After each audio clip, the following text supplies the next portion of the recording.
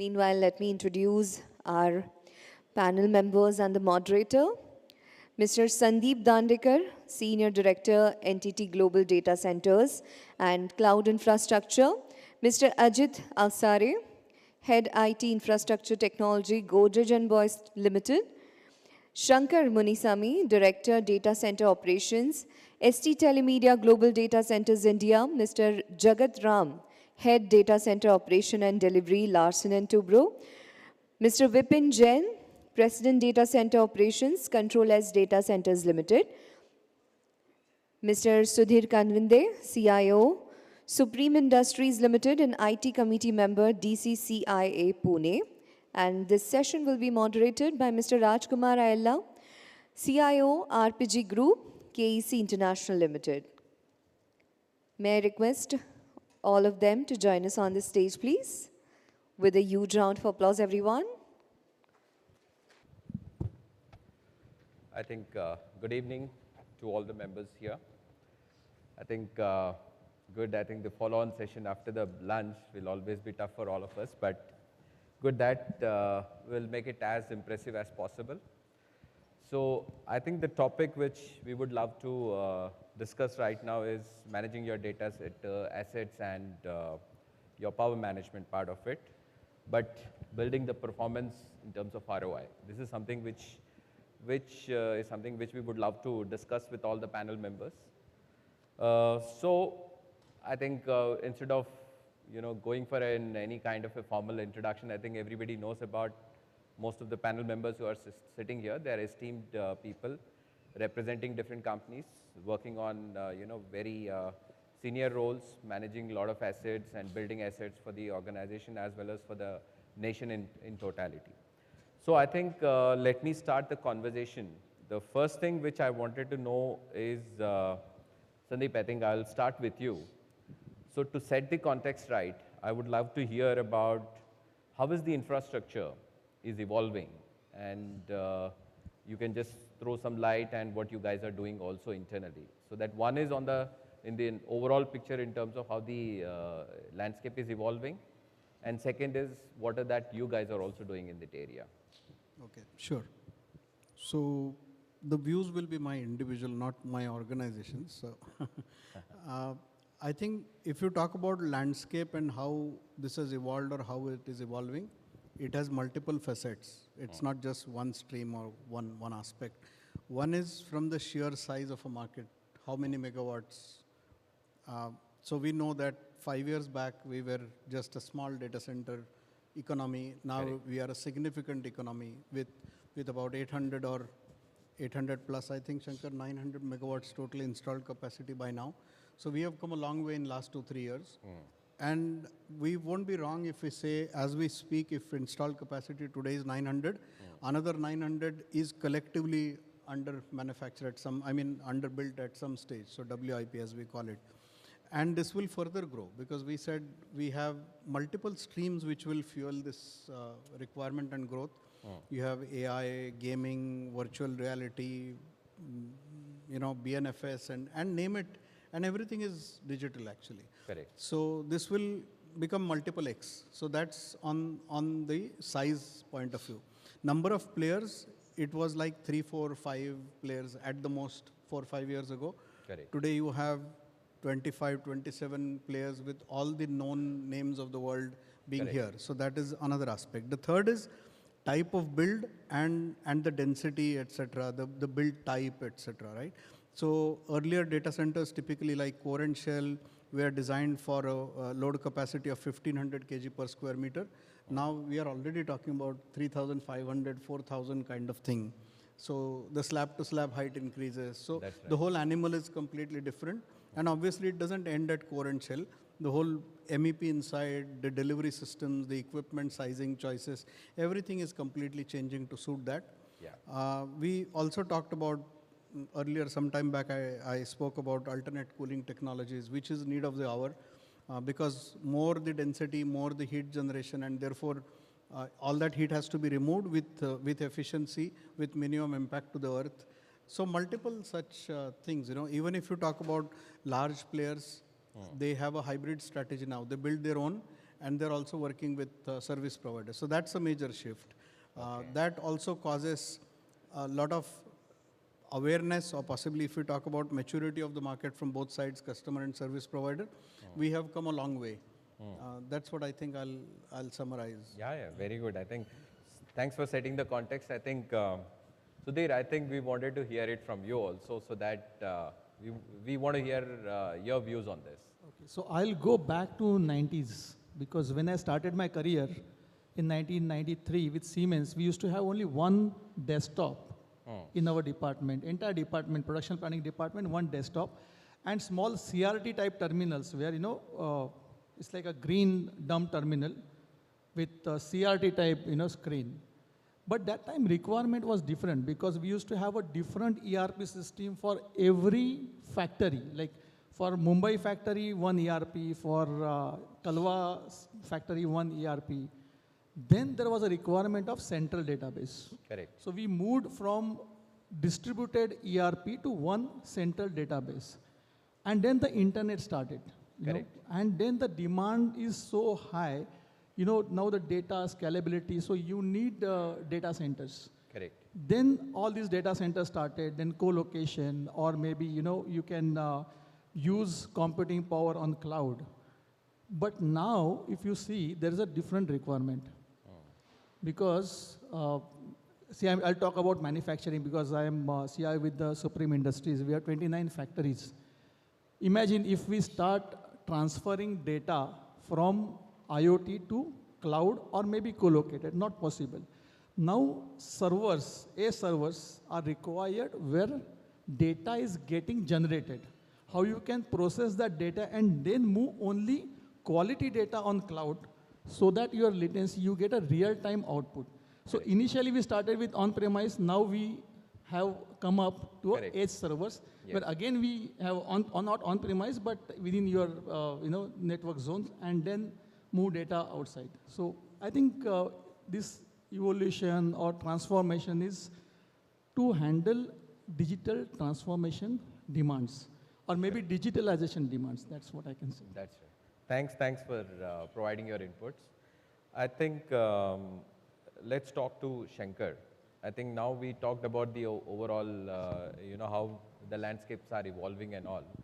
Now getting into the data centers right now. I mean, if you typically look at the right softwares and technologies which we normally use within the data center infra, and we would love to have an understanding on, how the industry is managed in this area.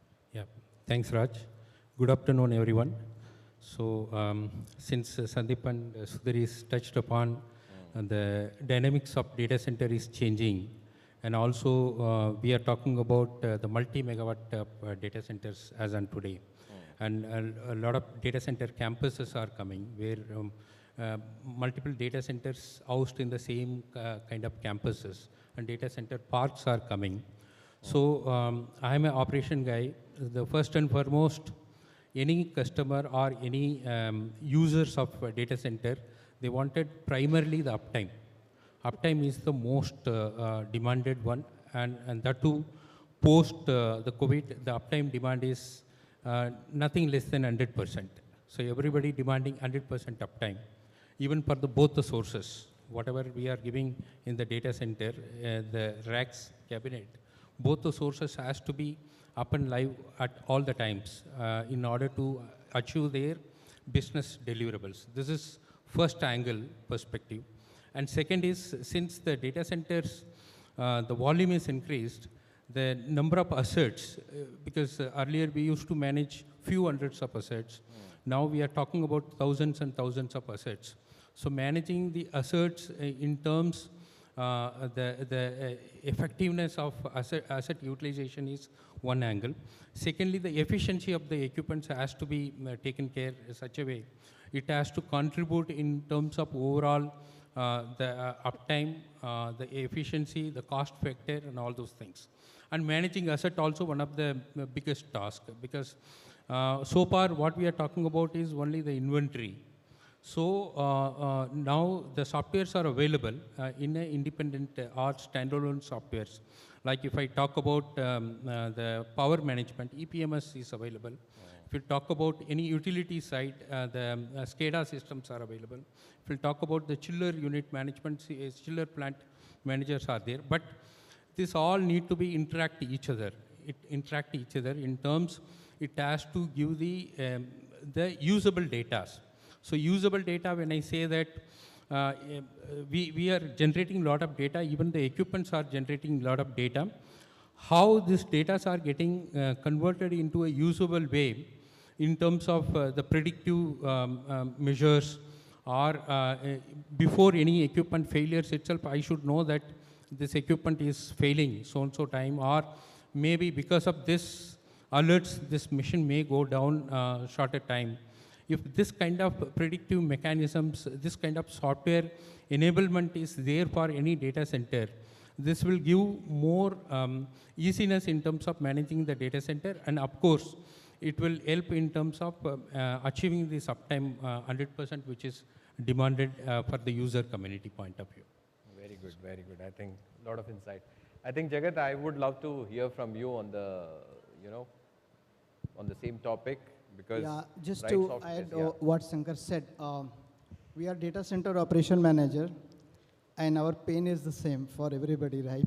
How to monitor, what KPI to track, where we are now currently in terms of the KPI. And there is always pressure from management to report KPI, right? So for us, the software which I think personally is very handy is the DCIM software, which is very important. Because this gives a lot more edge for you to monitor your physical infrastructure, as well as those assets which Shankar was talking about very importantly. The current trend is that for some of the data center we are building right now, we rely more on SCADA for electrical side to monitor it. And then DCIM software I spoke about, then the BMS system, then the EPMS system, which is currently going on. So all the electrical parameter, energy, consumption, breakers, all the status has to come one particular database, put DCIM top of that, develop intelligence over the data, and report to the top management, right? Very importantly, if you collect all the data from the field devices and put DCIM agent to oversee and then create intelligence, I think that is great for every operation manager. This trend has to continue. There is no escape for this currently. Yeah. So I think 3-4 things I talk about, and all the element I just spoke, we are doing currently. Fantastic. I think moving from softwares and technologies, I think let's move on to the cost, which is the prime most important aspect. So I think, Ajit, I would love to hear from you in terms of the strategies which you adopt, basically to cut down the operational expenditures or even the CapEx expenditure for that matter. Sure. So I'm coming from Godrej. Godrej & Boys is a company which we already have around 14 different divisions operating. We do have our captive data center, and that means the entire thing is run and managed by us. I would say the most important part when you design a data center is what is the capex cost, and in terms of capex, that means one is the land and is the most important part. The difficult part in the designing a data center is saying that how to manage the capacity, because you cannot I would say grow horizontally later on once the data center is built. So we have, while doing this entire calculation, has to understand what is the company's growth for next 2, 3, or maybe 5 years. But generally, data center are not built for 5 years. Generally, it's a 10 years, 15 years. And how, in today's scenario, saying that if this particular capacity is not enough, how you can do to connect to the cloud, and maybe you can grow that way. So this is, I would say, that at the stage of planning, it is very, very important to have the capex plan done. But once the data center is built, I think the most important part is the running of the data center and the OpEx cost. And in terms of OpEx, how we are, what is your AMC cost, what are the components you're using, how you're finally, electricity is another very big component, so all your equipment has to be energy efficient. PUE is the most important part, because that is where you're cooling the data center, and leakage of any cooling is, actually costing you more money. So the entire thing is needs to be properly managed. There are different, I think, softwares and tools you talked about. Those has to be deployed and ensure your capex is properly invested, as well as there should not be that means it should not be you have a capacity which is underutilized, because that is where the problem will come, as well as, your operational cost of entire thing has to be proper, efficiency should be managed, your AMCs, your sustainabilities, all those things we actually take care. Good. I think, Jagat, I would not leave you. Again, I wanted to hear out from you on the same topic in terms of the strategies to cut down on CapEx and OpEx part of it.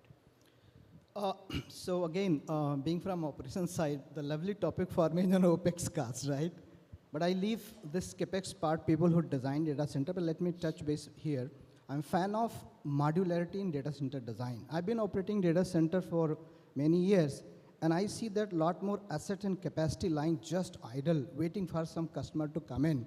And by the time the man comes, he asks moon, right? So what you do then, what you design then, isn't it? You have already invested on your hardware, your 3-year AMC warranty already gone by the time man comes in. Why can't we design data center floor-wise, block-wise, introduce modularity there on UPS, on floor, on everything, keep expanding the way you want to expand it.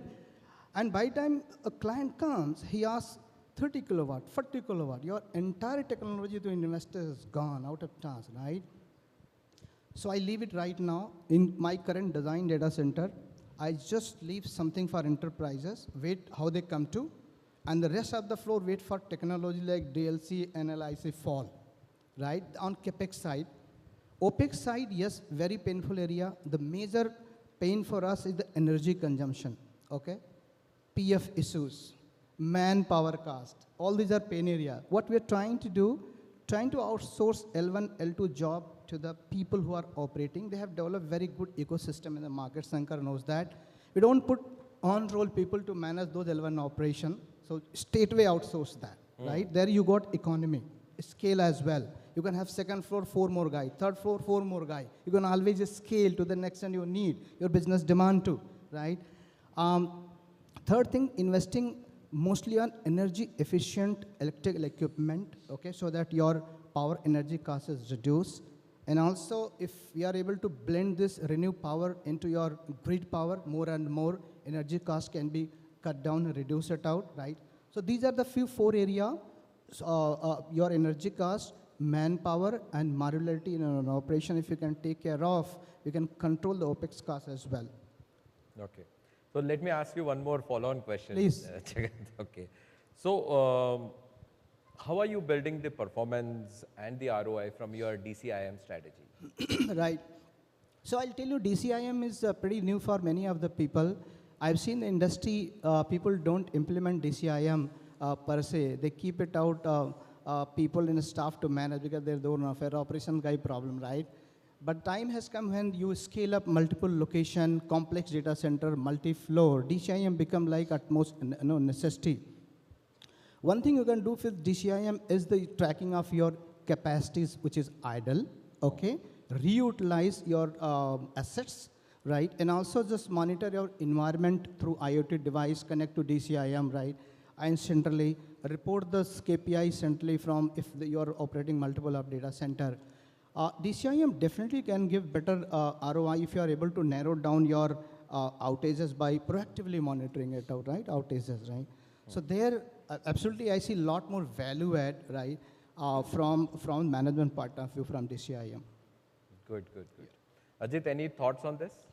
Yeah, I think as you rightly mentioned, saying that DCIM, we have not implemented DCIM because, again, same thing, the cost of the DCIM tool as well as, what kind of information and the efficiency we can generate out of it is I would say not matching. But yeah, being I would say bigger data center, it definitely makes a sense to have a DCIM, but at least we have not come across the use case for that. So Sandeep, any thoughts on this? On the DCIM as such, not really. They have covered everything. Nothing left to speak more. Okay, I think let's move on to the next one. I think, Shankar, I would love to hear from you in terms of the best effective power and cooling management strategies which you adopt in the data centers. Yeah, that's one more great question you asked. So, so if you can see in any data center, I'll just give the distribution of the power and the cooling. So if you are getting 100 kilowatt of power for the data center, approximately 45% of the power which goes only for this power distribution and the cooling distribution. And remaining this 55% of the power only goes to the IT equipment for the production purpose.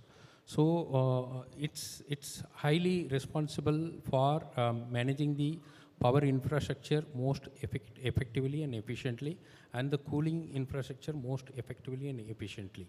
So when it talk about the power management perspective, so right from the design stage itself, there should be a integrated capability in terms of power measurement from the incoming source onwards, the utility onwards. So which means if you cannot measure it, you cannot save it. That's a fundamental. So right through the incoming power, the utility side, there should be a power measurement, and the distribution side where it goes and services to the computer, the PDUs, the rack PDUs, the cabinet-wise. These are all some of the areas where we need to have a full control on the power management perspective. And definitely there will be a hourly readings to be there. It can be automated or it can be manual also, or both, combination of both. And also where and all it has the potential in terms of optimizing the energy. When you are optimizing the energy, that optimized energy can be allocated for some more IT loads. So this is the power management point of view. And the cooling management point of view, again, the cooling infrastructure is one of the complex infrastructure where the pumps, motors, chillers, all this combination works, and it delivers to the computer end. So computer end, the CFM plays a major role, the computational fluid management. This has to be effectively maintained at the rack end, at the server end. So in order to ensure that the computer systems are working as it's expected to perform. So as long as you ensure that effectiveness and efficiency of this power and cooling technologies, one is you can achieve the uptime, you can avoid or you can minimize the failures. Second is, of course, when you are efficiently managing this power and cooling infrastructure, this will contribute in terms of the efficiency. We are talking about PUE, the power usage effectiveness. We are talking about water usage effectiveness. In overall, this both is contributor for the sustainability perspective. So this is most important. I think you brought a nice point about the sustainability. I think, Sudhir, I think I wanted to hear out from you, because now sustainability has taken a new turn right now. And we are talking about greening of data centers. We are talking about, which has become the most important thing right now.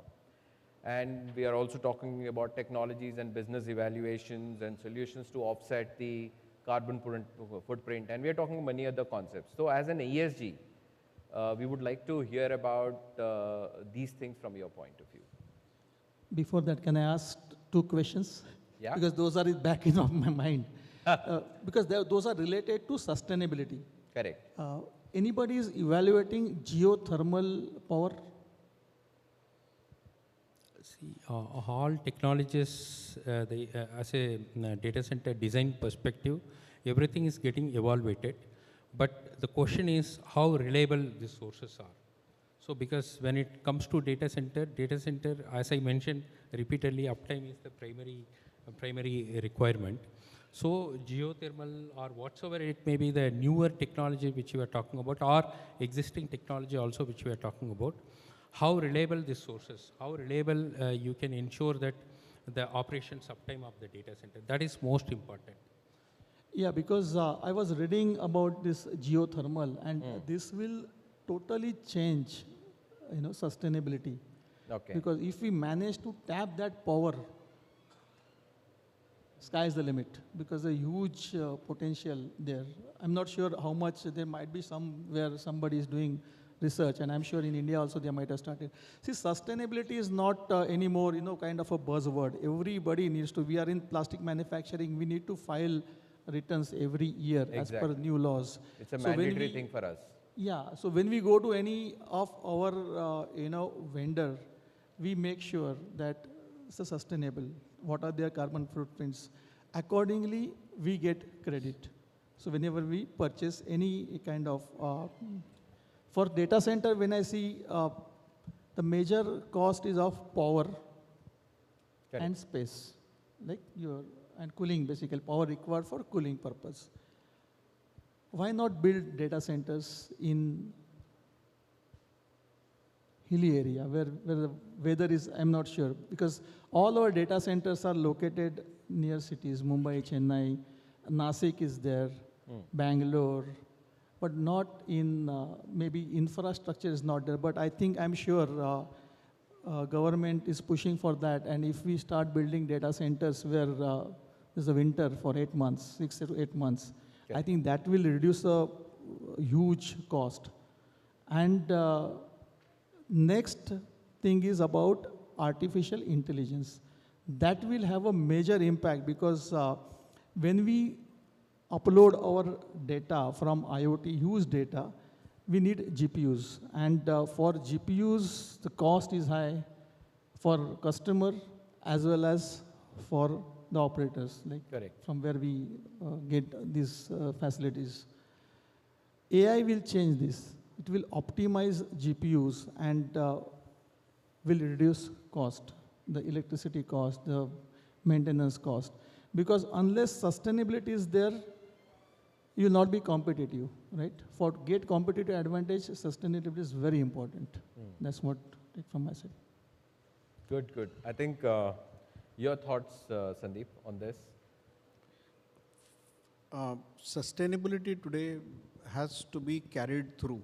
It cannot be thought or implemented in patches. It has to be from design to dispose. Correct. So when you design a new data center, you have to start thinking of sustainability in your design, how you build, how you operate, right up to disposal of assets with a responsible disposal. Correct. So unless we implement this homogeneously throughout the value chain, we will But only it is expanding beyond the horizons also. It goes up to the vendors and all today. Absolutely. Not only that, even we, everybody as a customer or everybody as a vendor on both sides of relationship will have to respect it. Service providers, customers will treat this as important as your uptime, reliability, your track record. Times are gone when you just talk about performance, uptime, and nobody cares about EHS or ESG. It has become as important pre-qualifier as much as your reliability of your proven reliability. So same thing happens downstream in value chain.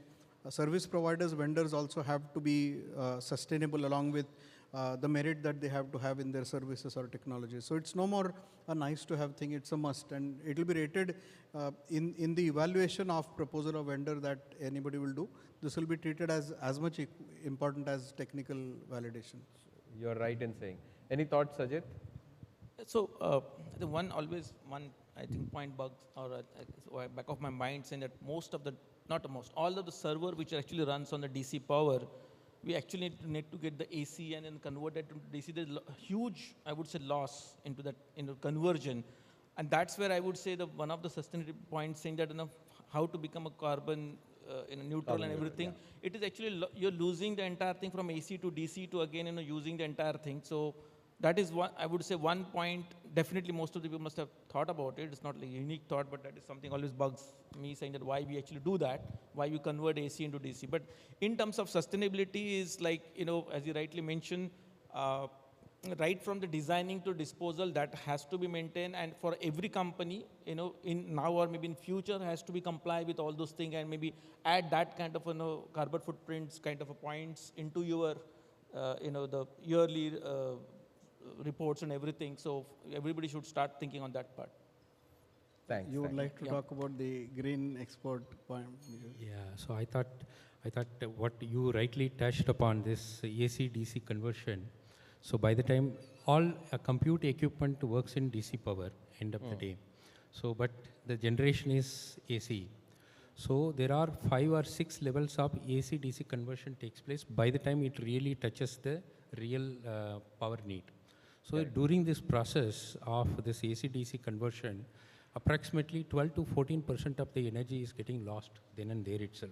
Correct. So why not the OEM think through, the computers can work directly in DC power itself, 48 volt DC or high voltage DC, or solar is natively generates DC power. Why not that solar power directly we can feed to the computer? So this kind of thought process, this will really contribute. One, we are talking about liquid cooling, immersion cooling. Yes, of course, this is giving a lot of efficiency improvement. And secondly, this power aspect also, if some thought process, some newer technologies, which is reducing this carbon footprint, this will be the sustainable approach, the carbon neutrality point of view. Correct. Yeah, I think it was an impressive discussion we had. I think there are some constraints, so we need to go according to the constraint. I think we do not have time further, but it was very impressive conversations which we had with you, all of you. And thank you for, firstly, I would like to thank you all, and it gave an opportunity to, talk to the, veterans over here. I think whoever have any questions, I think should we take some questions, or I think can they take offline? No, actually, we are already running late, but Okay, no problem. any questions? We can take up to one. I think it's fine. Yeah, no issues. Thank you. Let's Thank you take very one group much for your picture. time. Thank you. Thank you for the wonderful discussion, sir. Let's take one group picture and let's felicitate our members.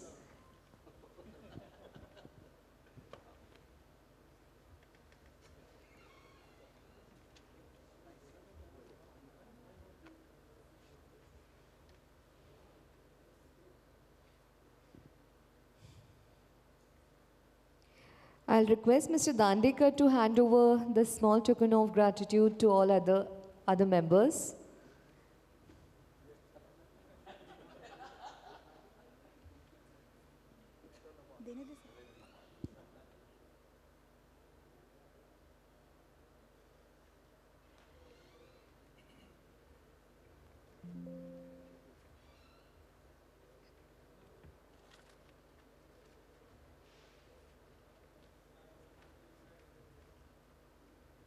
Give them a huge round of applause, everyone. Thank you.